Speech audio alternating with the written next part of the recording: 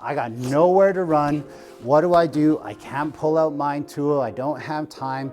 I see the knife is coming and I have to be thinking, okay, how can I block and I strike because I can't run away? So he goes to stab and my gun comes in. So I'm blocking. The other hand is striking, right? When you're striking, I'm striking to the face. He comes in, I'm like, ugh, and I hit. Right away, I'm looking for my 2-on-1 control.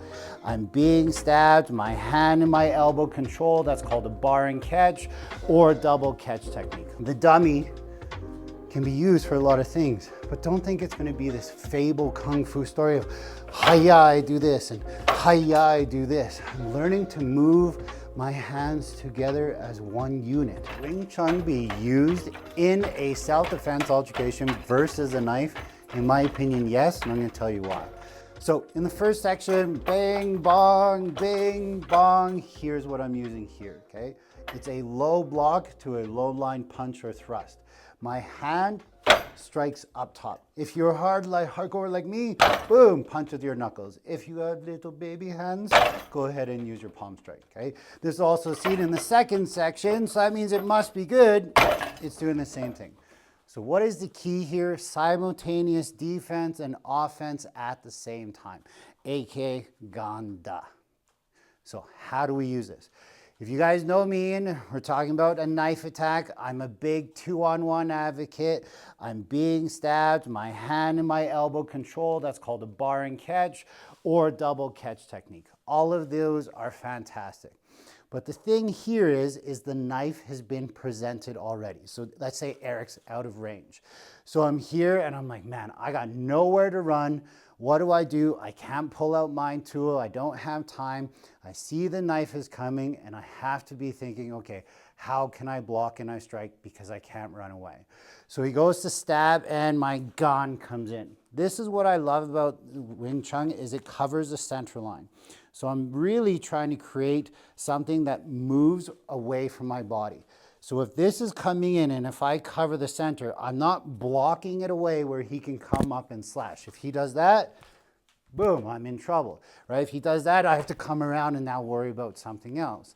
But instead, I'm kind of just boom, and I'm covering that center line. Try and stab. See, it's very hard, okay? But that's not going to do anything.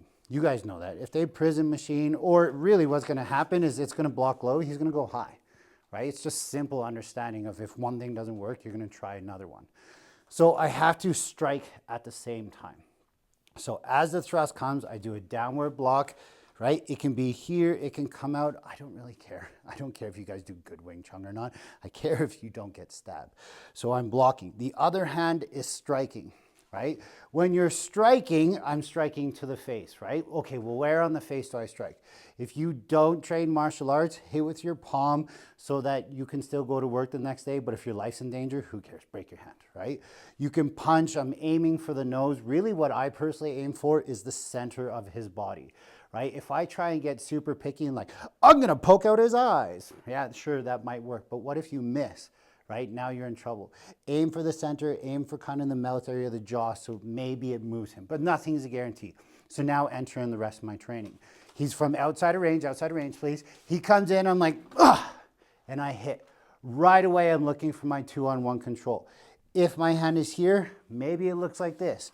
If my training kicks in, maybe it looks like this. If I come from here and I just go down to reach, fine.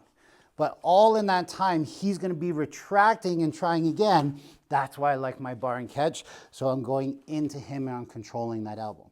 From that control, now I'm using Dean Franco stuff. He's awesome, by the way. Okay, I bring my hand back to here for my double catch. If I don't have any training, my double catch sends me away, arm drag, and I'm off to safety. If my training is good, look at this fancy stuff now. I'm trying to disarm him. Do disarms work? Low percentage move. If you have the training, yeah, for sure. If you don't have the training, don't try this shit. Run away like I just did.